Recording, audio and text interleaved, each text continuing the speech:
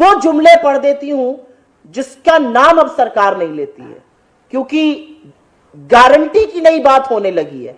जो गारंटी 14 के पहले दी गई थी उसका क्या हुआ, वो जुमले निकले। 2 करोड़ सालाना रोजगार, 15 लाख सबके अकाउंट में, सारा काला धन 100 दिन में वापस आएगा, पेट्रोल और डीजल 35 रुपए प्रति लीटर पे मिलेगा, फार्मर इनकम डबल होगी 2022 तक, 5 ट्रिलियन की इकोनॉमी बनेगी 2022 तक, हर सर पे छत होगी 2022 तक, 100 स्मार्ट सिटी बनेगी 2022 तक। इस गारंटी का क्या हुआ? क्योंकि ये गारंटी नहीं, ये जुमला था, और ऐसे ही जुमले लगातार बोले जा रहे हैं। आज सरकार कहती है बेरोजगारी है ही नहीं। आईटी कंपनीज ने 2,60,000 नौकरियां 2023 में घटा दी, क्योंकि निवेश और उपभोग दोनों नहीं हो रहा है। जुमला था 15 लाख बैंक अकाउंट में लाने का।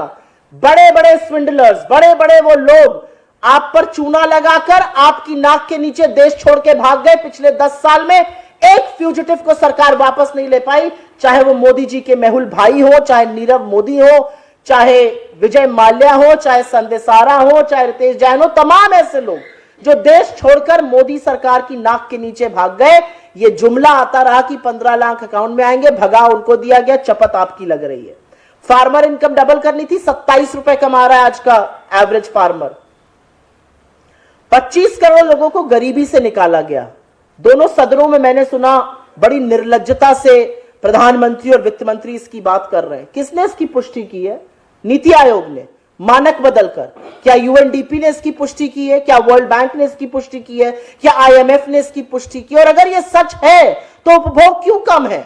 अगर 25 करोड़ लोगों को गरीबी की सीमा रेखा से निकाला गया तो 80 करोड़ को फ्री का राशन क्यों देना पड़ रहा है? अगर 25 करोड़ को निकाला गया तो माल न्यूट्रिशन क्यों है? हम 111वां स्थान पर क्यों है भुखमरी के इंडेक्स में? ये बातें सरकार नहीं बताएगी। सरकार कहेगी हमने 11 करोड़ 80 लाख फार्मर्स को पीएम किसान सम्मान दिया। असलियत यह है कि उनकी संख्या घटकर 8 करोड़ हो गई।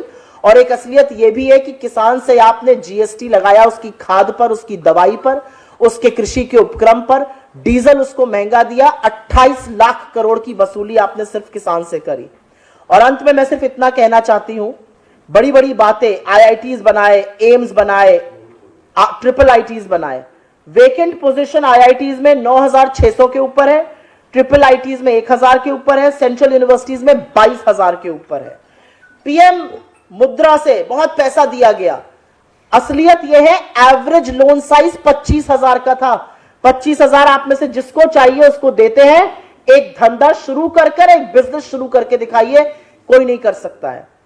और अंत में जिस जीएसटी के नाम पे बहुत कूदफांद हुई, 50% इस देश की सबसे गरीब आबादी 64% जीएसटी अदा कर रही है और सरकार वसूली करके अपनी पीठ ठोक रही है। जिस इन्फ्लेशन के नाम पर बड़े बड़े दावे किए जाते थे, बहुत हुई महंगाई की मार, असलियत यह है कि फूड इन्फ्लेशन 9% के आसपास लगातार बना हुआ है। और एक साल भी पिछले 5 वर्षों में जो इन्फ्लेशन का लेवल है 4%, वो अचीव नहीं हुआ है। लगातार 6% के आसपास इन्फ्लेशन रहा है। मुझे ऐसा लगता है कि काफी डिटेल में मैंने इस पर बात करी है, क्योंकि ये कच्चा चिट्ठा सरकार का खोलना जरूरी था।